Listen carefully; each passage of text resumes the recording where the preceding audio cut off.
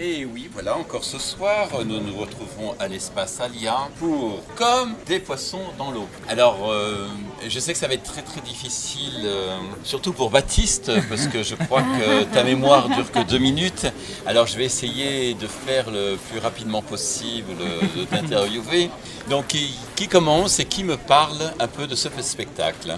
Je peux, Oui, par exemple, mais bien sûr. que vous dire si ce n'est énergique, dynamique, c'est drôle, c'est léger, parce qu'il en faut, c'est une comédie, donc forcément vous allez trouver votre bonheur si vous êtes venu pour rire, mais on laisse beaucoup aussi de place à la réflexion, parce que c'est une comédie d'anticipation qui laisse penser que ce qui arrive à ces personnages-là, si ça nous arrivait, ce serait catastrophique dans un futur proche. On est d'accord? Ça, on Vous est qui tout à venez de fait voir la d'accord. pièce, voilà.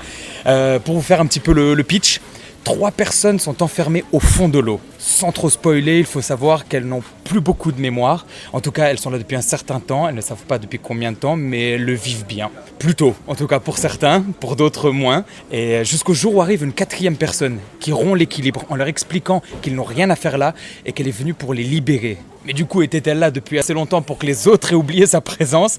Vient-elle juste d'arriver? En tout cas, le but est de les faire sortir coûte que coûte. Et c'est qui ces 3 autres personnes? Ruben, c'est qui ces 3 autres personnes?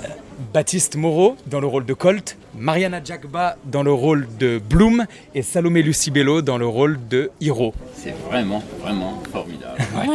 C'est vrai que l'on passe un moment, 1h10 à peu près. Je crois. Exactement, tout pile. Et jour impair et jour pair, donc, parce que je sais que j'ai vu que vous aviez eu un autre spectacle hier. Baptiste? Là, c'est les jours pairs uniquement, du coup, faut pas se tromper, même si les 2 spectacles sont intéressants. Là, en l'occurrence, c'est les jours pairs.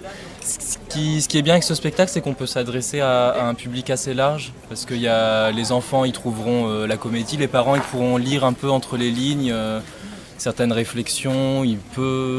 C'est surprenant, en tout cas pour tout le monde. C'est écrit comme une série avec des rebondissements. On nous a pas mal assimilé à une série que peut-être les auditeurs connaissent, qui s'appelle Black Mirror. On prétend pas faire du Black Mirror, mais en tout cas, c'est une pièce surprenante qui surprend. Raconte-moi pourquoi ça surprend. Pourquoi ça surprend?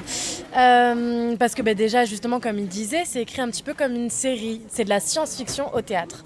Donc c'est quelque chose qu'on voit assez rarement, quand même.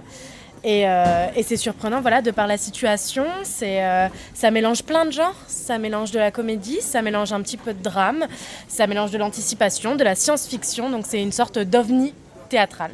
Moi, vraiment, je me suis régalé pendant 1h30. Voilà, merci.